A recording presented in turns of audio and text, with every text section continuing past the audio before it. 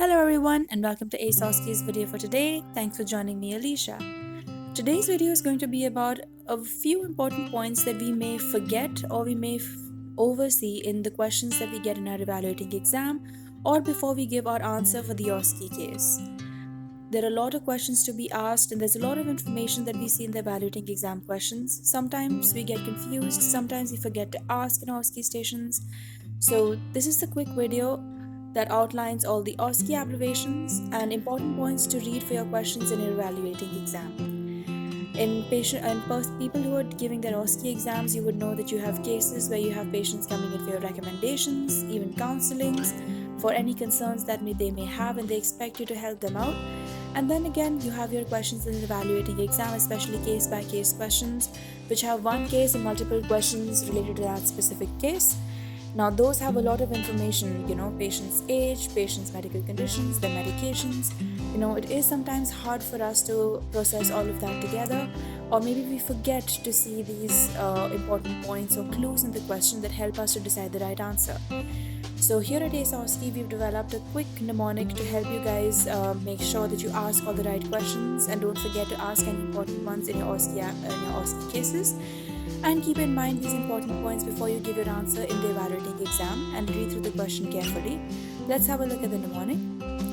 The mnemonic that we're going to share with you today is called the DOSAMP.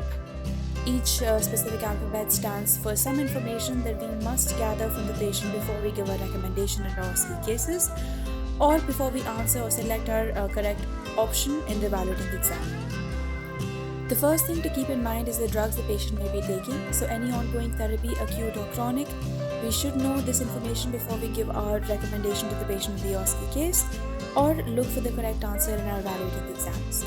O stands for OTC or herbal medications. A lot of times patients think that when we refer to drugs or medications, we're only talking about prescription medications. So it is important to verify with them if they're taking any over-the-counter or herbal medications. As you guys would know, there are a lot of interactions between herbs and medications or even herbs and disease conditions such as St. John's wort with SSRIs. So we do want to make sure that we make the most of our case and do not forget or overlook this point.